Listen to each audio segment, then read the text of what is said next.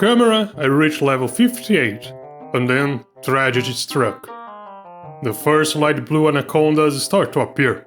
Normally, this is the signal that I'm supposed to go somewhere else. But where? A search on PQDI reveals only one other place that would be realistic to use for leveling: the Scarlet Desert. I did go there and found the higher level cheetahs, yet I found them mixed with the lower level ones, and most importantly, with the aggressive sunflowers and light crawlers. Yes, the same ones with the huge aggro radius. Having to kill or even run away from these enemies that don't even give experience is just a waste of time.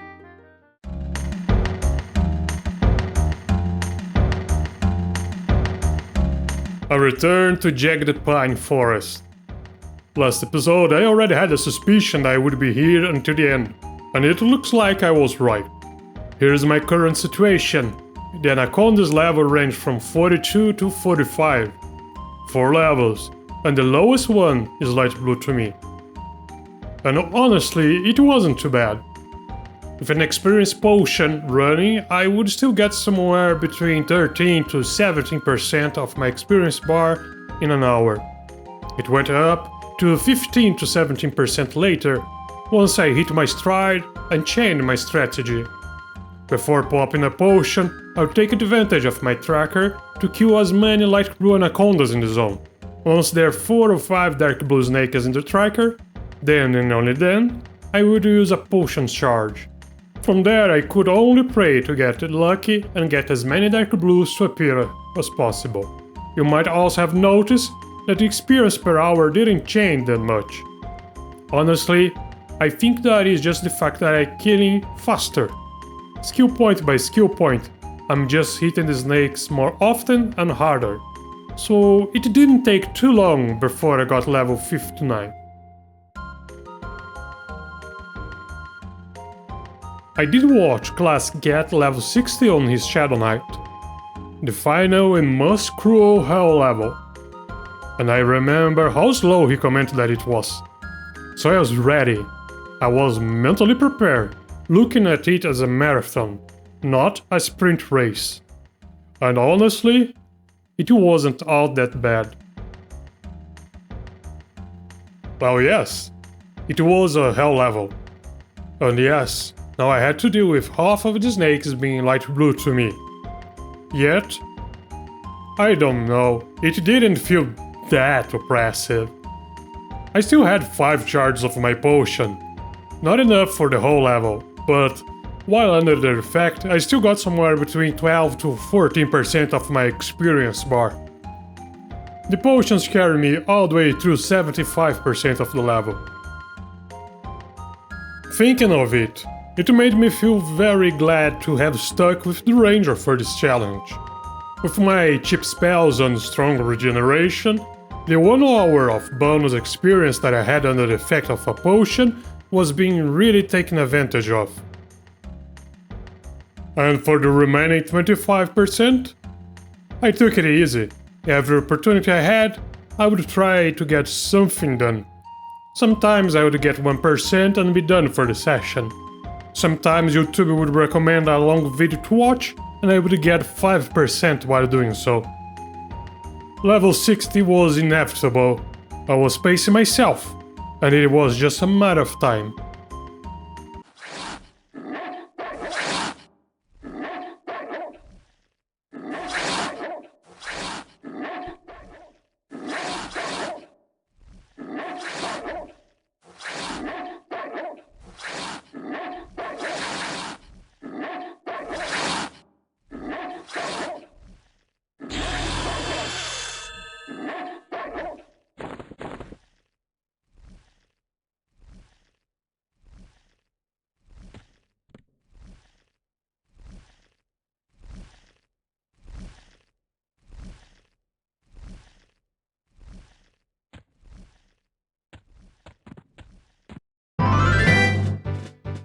I did it, guys. I did it. Am I a true Everquester now? And what a journey. A journey that I really like it. Otherwise I probably wouldn't have gone this far.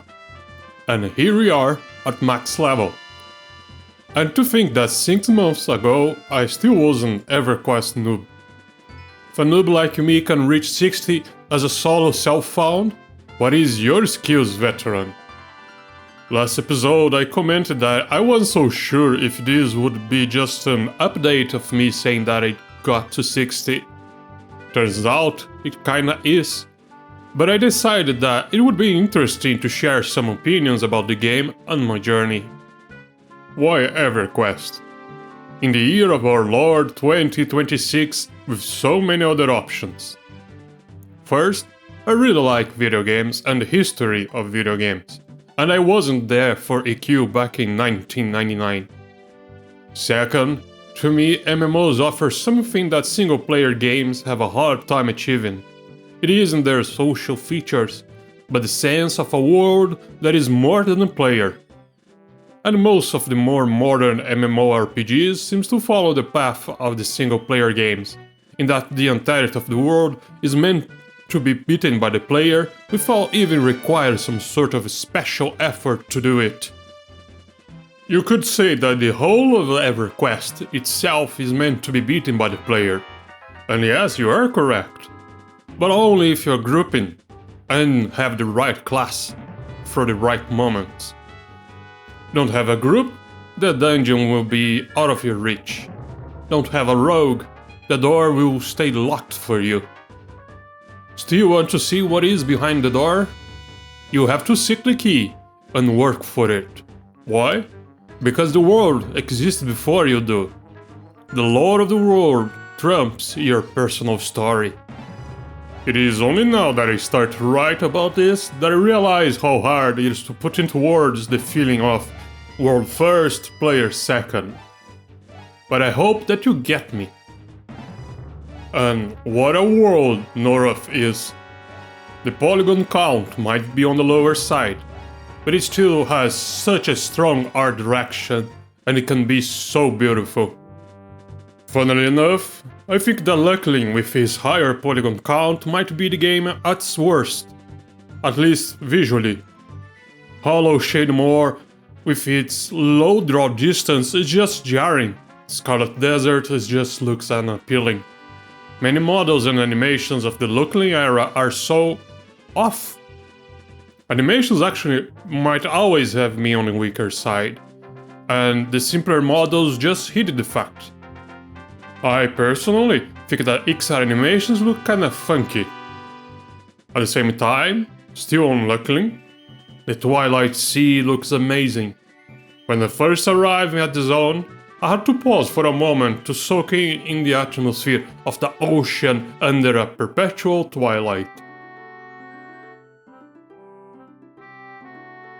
Jack the Pine Forest is in an in-between place.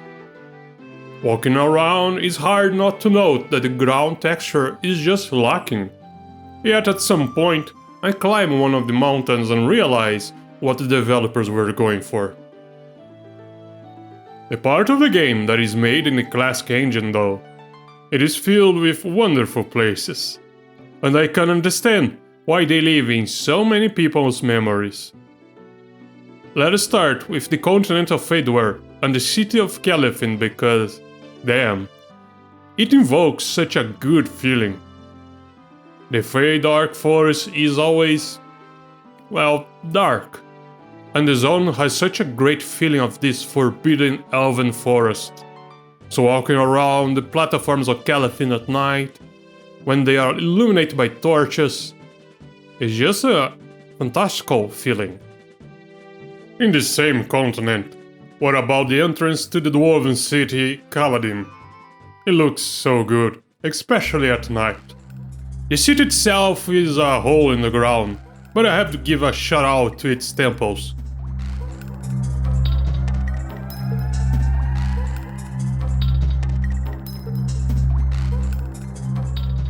The gnomes too have a cool chapel. It's a shame that it is often forgotten, probably because its ceiling is really low.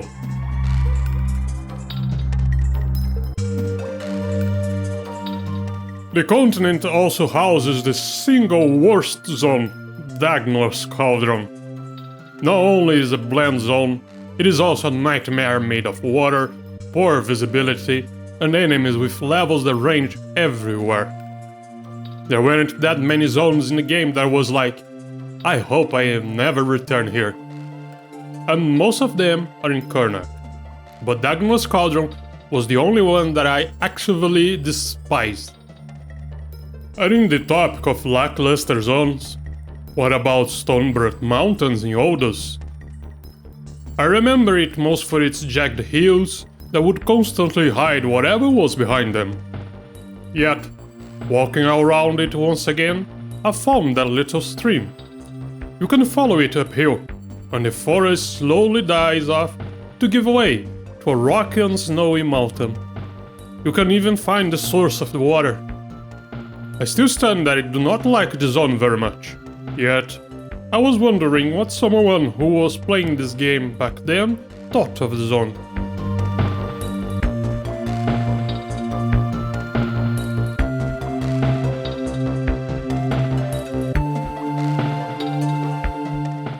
And then there are the 4 plains of Corana. I know that plenty of people have fond memories of them, but they do not work for me. They are just big plains, and I don't think that they have enough on them to be elevated above the rest of the maps. Yet, they still are completely functional, and with something unique to each, even if it's just a gypsy camp. Which makes me realize how the developers created every zone with something in mind. Each one with something special. Some are gameplay related, but my favorites are the ones that imply a much older story. Like the stone arms in Wraith Mountains. That is the one that I saw online the most. But my favorite are the runes in Everfrost, with its classical Greek style and the statue of a giant. It does make one wonder about the history of the place, and I love it for it. The game has many zones, but those are just the ones that come to mind first. Because otherwise, one could make a full video talking about each zone. I also would like to mention the lightning engine. Yeah, it is buggy when we talk about light sources on your character.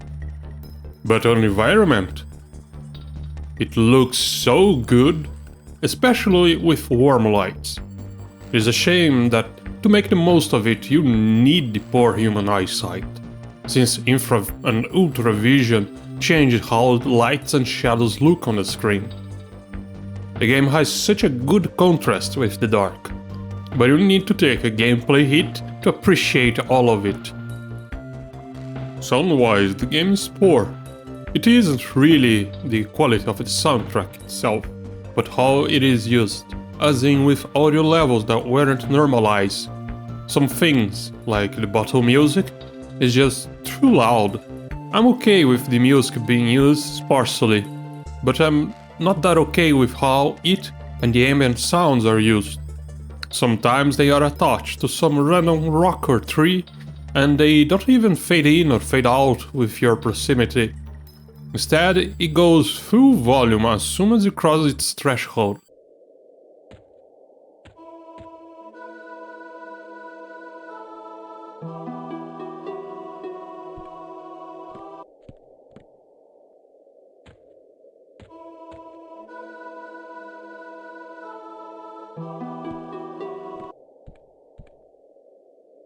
And the sound balance is all over the place. Things being too loud or too quiet, as if they didn't even try to normalize the audio. On a side note, this game is also an ass to record. Sometimes the sound records, sometimes it doesn't, and I have no idea why. The recording also always looks kinda blurred when in comparison with the recordings of other games, even on my own machine, before any YouTube compression. But enough about the game presentation. What about the gameplay itself? Well, I would like to answer this question by saying that Everquest is bigger than the sum of its parts. Look, you gotta be honest here, EQ gameplay is okay, most of the time, janky at times, and filled with weird decisions. The simple gameplay of turning auto attack and going to town doesn't really bother me. And I do like the more bounded values of its combat, meaning that even weaker enemies can still be a danger if you're not paying attention. And combat can swing hugely in your favor or against you. And on the spellcasting side, I really like you have to prepare your selection of spells. But the janky part really bothers me. Like when you are too far to hit an enemy, you just lose the swing and have to wait another weapon delay to finally try another attack, instead of the more modern system in which you just bank the attack. Or when you use your skill on nothing and they go on cooldown. But it is an old game, so I took it as growing pains and just dealt with it. At the same time, the way some things work are annoying, if not confounding. I like the fact that we have skills for a lot of stuff, but why is first aid so bad at low levels, when it could be the most useful? And why we can only use first aid to heal to 50%? I just... kinda get the idea of incentivizing look for a group, but still, a good first aid wouldn't make me turn down a healer. And what about buff duration? Anything with less than an hour feels bad, especially because mana regeneration takes so long. So you buff yourself and lose 10 minutes recovering your mana. And not to mention the fact that you have to keep swapping your buffs in and out of the prepare spells every time you want to rebuff yourself. I'm just thankful that Quarm has Zeal and its spell sets, so I can quickly swap my buff spells. Once again, I reiterate that I like memorizing spells. I just would have appreciated more if my buffs had a longer duration. Then, you package the player with the enemies, and you have a very visceral package. Not in an action sense, but in a consequence sense. You end up always paying attention on everything around you because not doing so can lead to your death, on the flip of a switch. How are my resources doing? Is the enemy health going down fast enough? What about enemies respawning or pathing around? Is there a place here that is safe to meditate?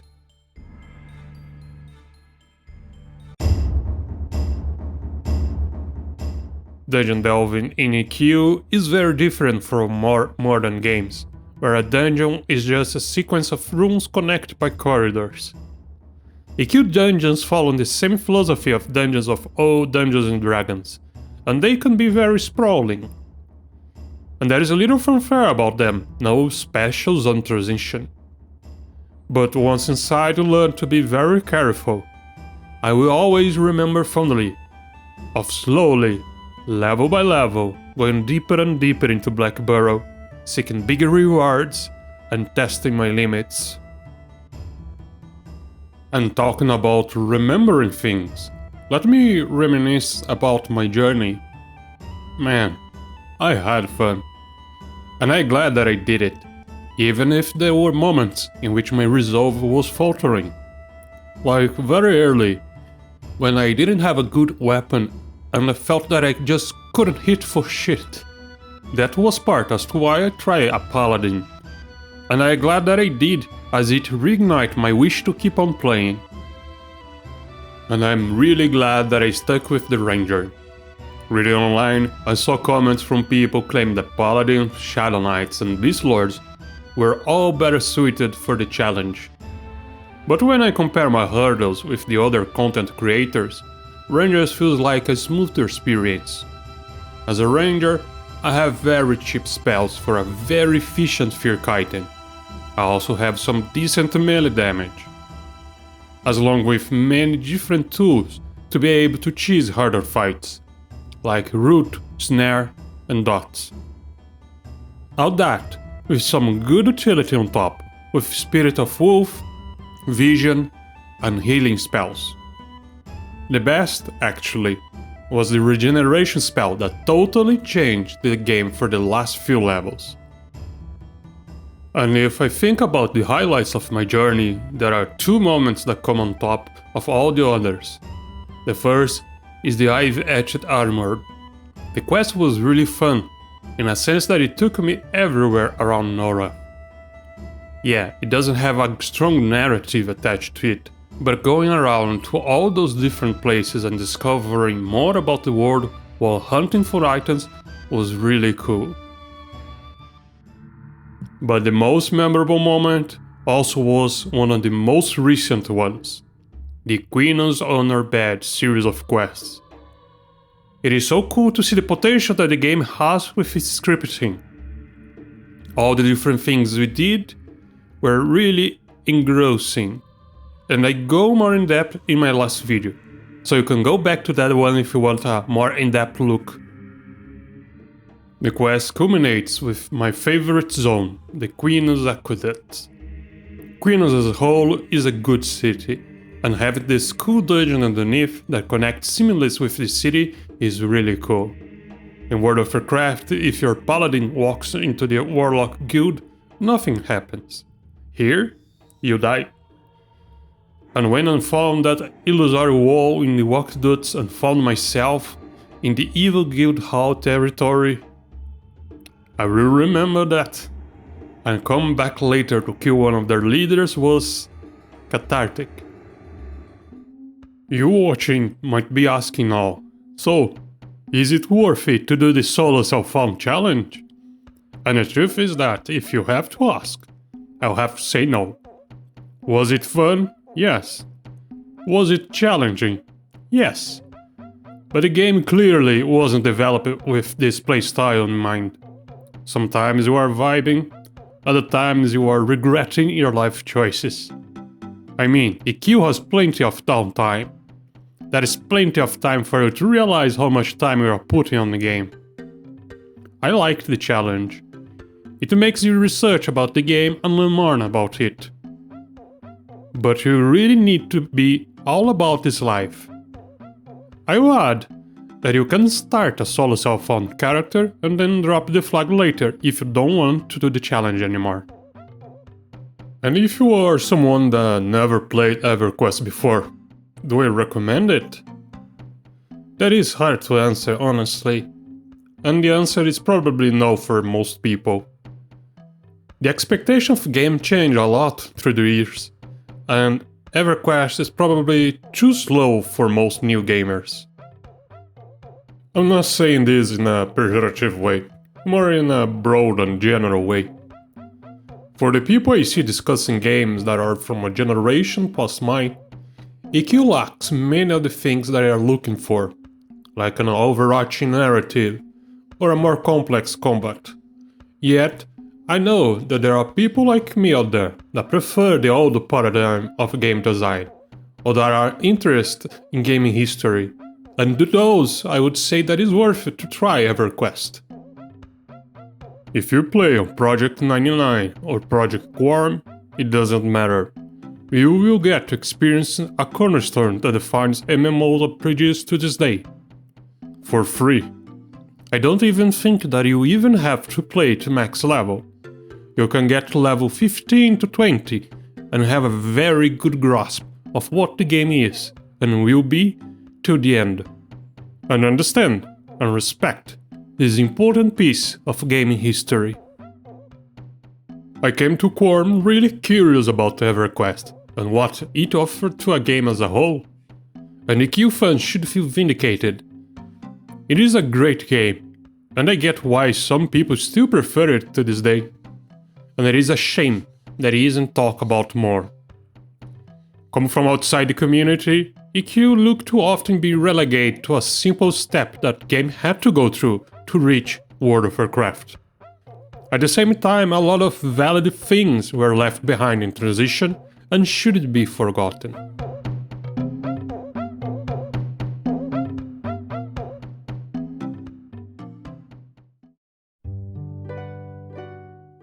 And so ends Valerian's journey.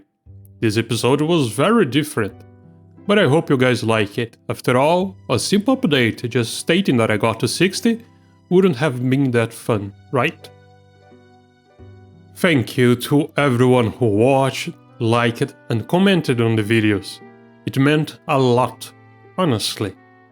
And I won't lie, when I took a month break, I kinda felt guilty for the delay. Think that somewhere someone would be asking what happened to me. But now what? What is in for the future? You know what? I really liked making videos, and I want to make more. I rewatched my first and damn, I think that I'm way better at this now. Unfortunately for you, EQ isn't on my plans. I want to talk about other games, and there are so many out there. So I believe that this is it for Everquest and me. And I know that most people that watch this were here for EQ. So I'm thinking about creating a new channel and going from there. Still not sure, but no matter what, all the videos that I made here will remain here, intact. Some may ask, what about EQ Legends? I watch videos about it and look at its gameplay, but it doesn't look like what I'm looking for in EverQuest. It looks less like a classic modernized and more like a modern MMO with a classic painting on it, for nostalgia's sake. If that's the case, I prefer to just play Guild Wars 2, which is my modern MMO of choice. Independent of what the future holds, thank you for watching. It meant a lot. In an alternate universe where I didn't create this channel, I would probably end up not going to the end. So, thank you again. And who knows, maybe we will stumble on each other around the internet again sometime.